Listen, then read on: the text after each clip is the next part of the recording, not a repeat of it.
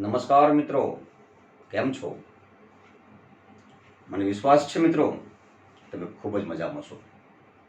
આપણે અગાઉ જે પાઠ unit number 3 Mohan and his Veena એના પાઠના પ્રથમ તબક્કામાં આપણે પ્રી ટાસ્ક અને મોહન વિશેની આપણે વાતો કરી, એના પરિવાર વિશેની વાતો કરેલી. મોહનના ઘરમાં દેશી વાદ્યો હતા, સિતાર હતા, પિયાનો હતા, હાર્મોનિયમ હતું. પણ એના ઘરમાં એક જર્મન લેડી આવી અને સાથે સાથે વાજિંત્ર વગાડવામાં એક ગિટાર પણ પ્રવેશ કર્યો.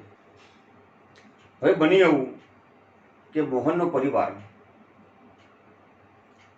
એ ઈચ્છતા હતા કે આપણે દેશનું વાદ્ય વગાડવું ને શીખવું, કારણ કે મોહનના પરિવારના તમામ સભ્યો આ વાદ્યો શીખતા હતા. અને ક્યારેક ક્યારેક મેળાવડો થાય, ગેધરિંગ થાય ત્યારે બધા વચ્ચે કોમ્પિટિશન થતી અને અરસપરસ બહુ જોરદાર રીતે મિત્રો એ વાદ્યો વગાડતા અને વાહવાહી મેળવતા. પણ આ સમયે મોહને પણ ગિટાર વગાડી, પણ એની ગિટારને જોઈએ એટલો પ્રતિસાદ ન મળ્યો, રિસ્પોન્સ ન મળ્યો.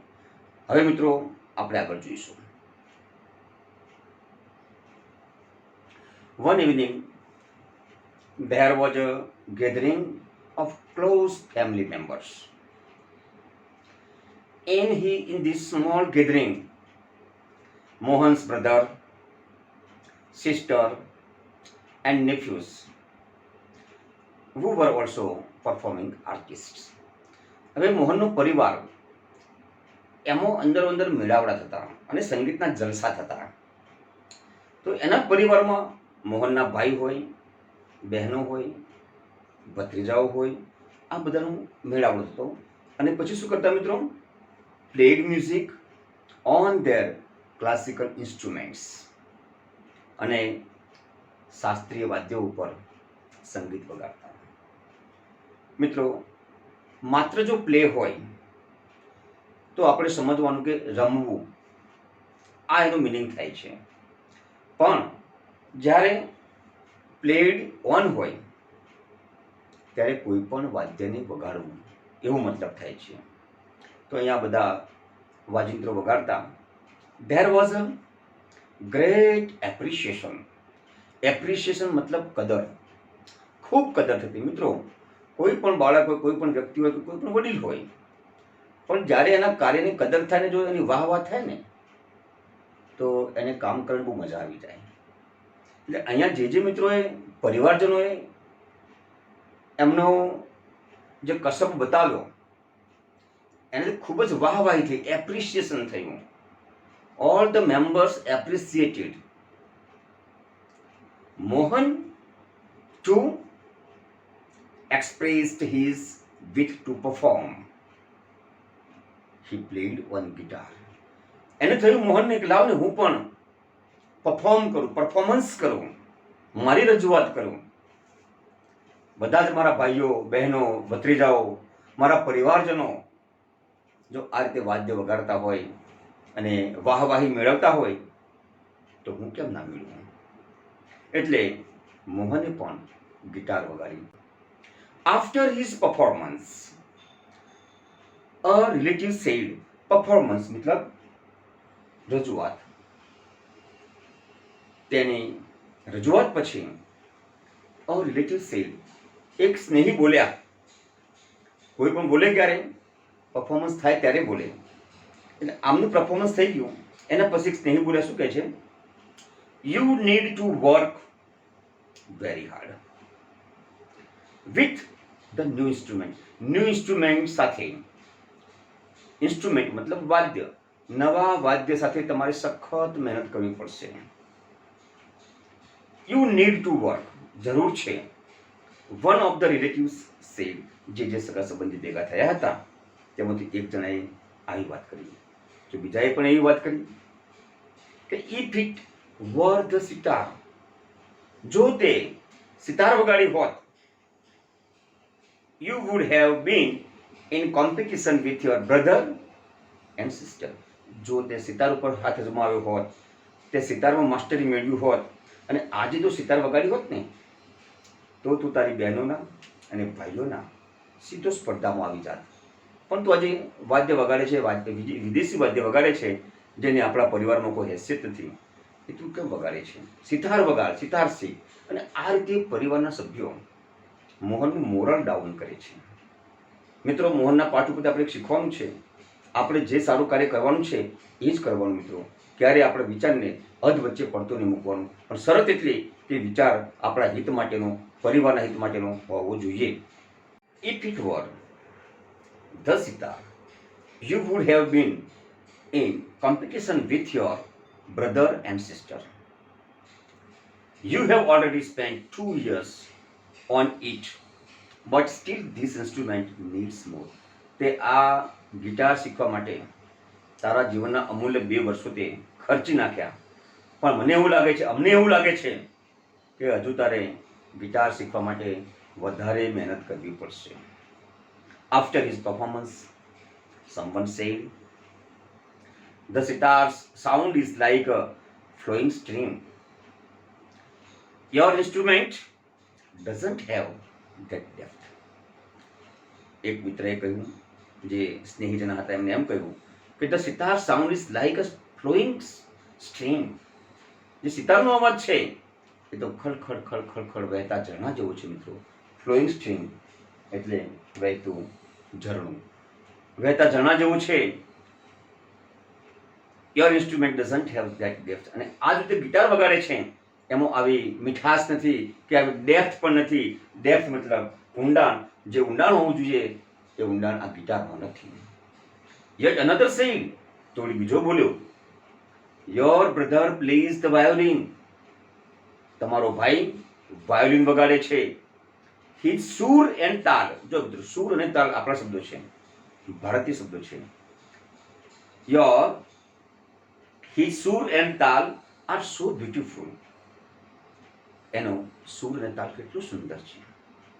What are you doing with this instrument? આ વાદ્ય સાથે તું શું કરી રહ્યો છે? Mohan was depressed.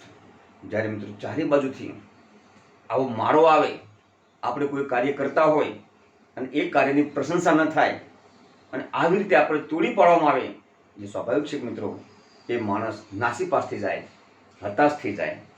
Mohan was depressed and cried for the whole night. મિત્રો, મોહન હતાશ થઈ ગયો, આખી રાત રડ્યો, ડિપ્રેસ થઈ ગયો, નિરુત્સાહ થઈ ગયો. He had already given 2 years of his life to this instrument. તેને જિંદગીના કિંમતી 2 વર્ષ ગિટાર શીખવા માટે આપેલા હતા. અને જ્યારે આટલો પરિશ્રમ કર્યો અને જેનું પરિણામ ન મળે તો સ્વાભાવિક છે મિત્રો કે એ આપણા મન ઉપર અસર કરવાનું છે, જે મોહનને થયું. But from the heart I am made for guitar. પણ મોહન છે ને મિત્રો, એ એક કૃત નિશ્ચયી છે. એને તો ઠાન લી હે કે નહીં, મારે તો ગિટાર શીખવી એટલે શીખવી, ચાહે ગમે તે થઈ જાય. But from the heart I am made for guitar. પણ દિલથી તો હું ગિટાર માટે જ સર્જાયો છું. There is no instrument for me but the guitar. મારા જીવનમાં વાદ્ય કોઈ આવશે તો એ જ આવશે જે ગિટાર હશે. ભલે આજે મને બધાએ હતોત્સાહ કરી નાખ્યો, ભલે આજે મારા કાર્યને કોઈ વખાણી નથી, પણ હું ગિટારને છોડીશ નહીં. He thought, and this instrument will become my face to the world. I am sure I am going to make it big, very big. He was determined. ને એક નિર્ણય કરી દીધો કે હવે પછી મને જો વિશ્વમાં જો પ્રખ્યાત કરશે તો ગિટાર કરશે. અને મિત્રો, પ્રખ્યાત થવું હોય તો ઘરમાં બેઠા બેઠા પ્રખ્યાત ન થવાય. એના માટે તો સખત મહેનત કરવી પડે. એટલે આને પણ એમ કહ્યું કે હું હવે સખત મહેનત કરીશ અને મારો ચહેરો એક ગિટાર તરીકે ઓળખાશે, ગિટાર વાદન તરીકે ઓળખાશે. This experience took place when Mohan was only 16 years of age.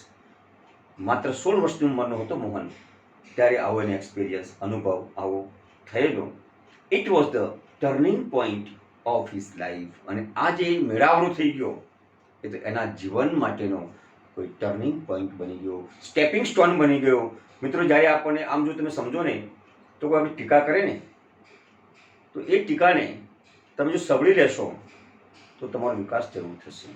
પણ જો એમની તમે ટીકામાં આવી ગયા અને તમે તો હતાશ થઈ ગયા તો તમે જિંદગીમાં કશું નહીં કરી શકો મિત્રો. મોહને શું કર્યું? ડિટર્મિનેશન કર્યું, નિશ્ચય કર્યો કે હવે તો મારે આ ગિટારને જ મારે વિશ્વનો ચહેરો બનાવવો છે, મારે હું ગિટારથી જ ઓળખાઈશ. આવો એને ડિટર્મિનેશન કર્યું, એમ કે નિર્ણય શક્તિ એને વધારી દીધી. આવો નિર્ણય કર્યો એને.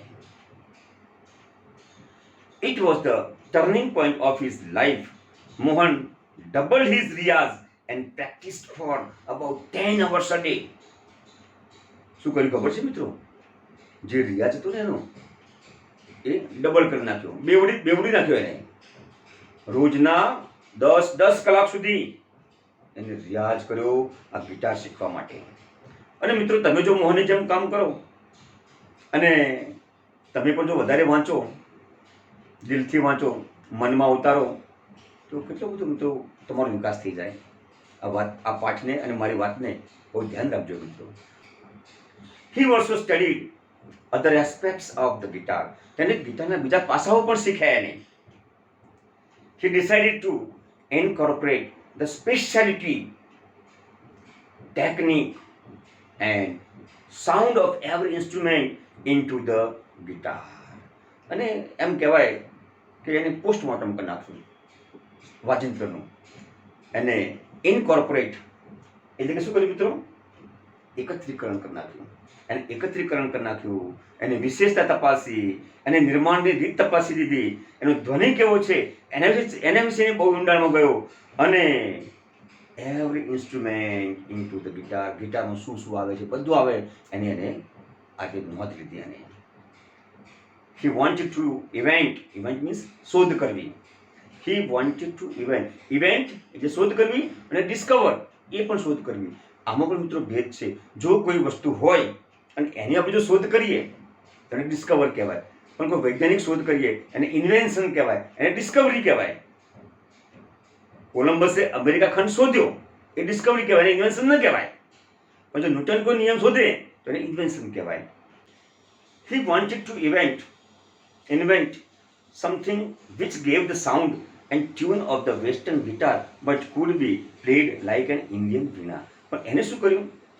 રાખી તો ગિટાર, પણ એને વગાડવાની જે સ્ટાઇલ છે ને એ ભારતીય વીણા જે વગાડી શકાય ને એવું એને એનામાં તર્જુમો કર્યો, એવું એને સંશોધન કર્યું. Not only the sound that my instrument produces is important, but it must also express my vision. જે હું કંઈ શોધ કરી રહ્યો છું ને એ મારી દ્રષ્ટિ બતાવે છે મિત્રો. વિઝન એટલે દ્રષ્ટિ બતાવે છે. What I want to say through the instrument, અને મારે જે કંઈ કહેવું છે, મારું જે કંઈ વિઝન બતાવવું છે એ આ મારું ઇન્સ્ટ્રુમેન્ટ બતાવશે. કયું ઇન્સ્ટ્રુમેન્ટ? મોહન્સ વીણા.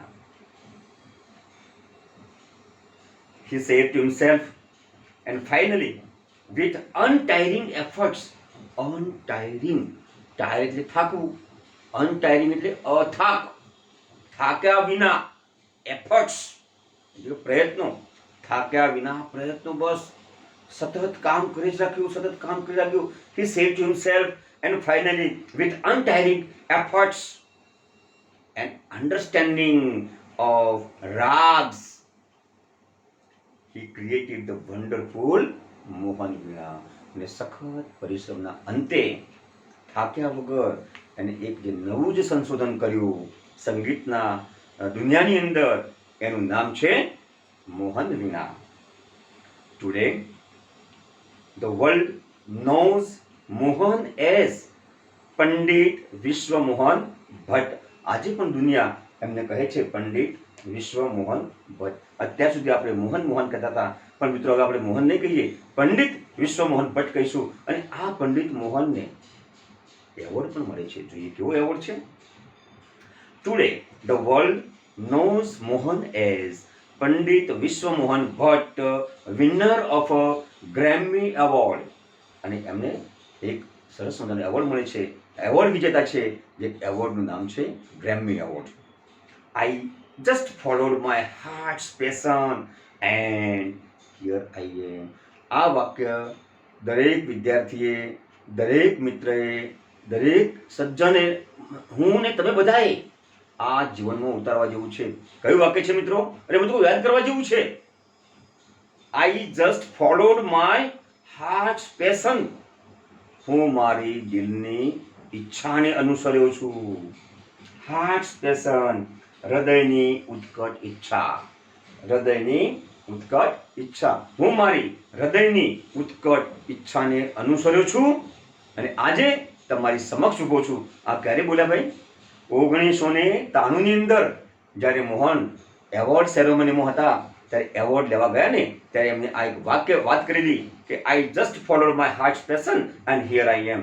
હું મારી દિલની ઈચ્છાને અનુસર્યો અને આજે હું તમારી સમક્ષ એવોર્ડ લેવા ઊભો છું મિત્રો. અને આ સાથે આપણે અહીંયા પાઠ પૂરો કરીએ છીએ મિત્રો. જય હિન્દ.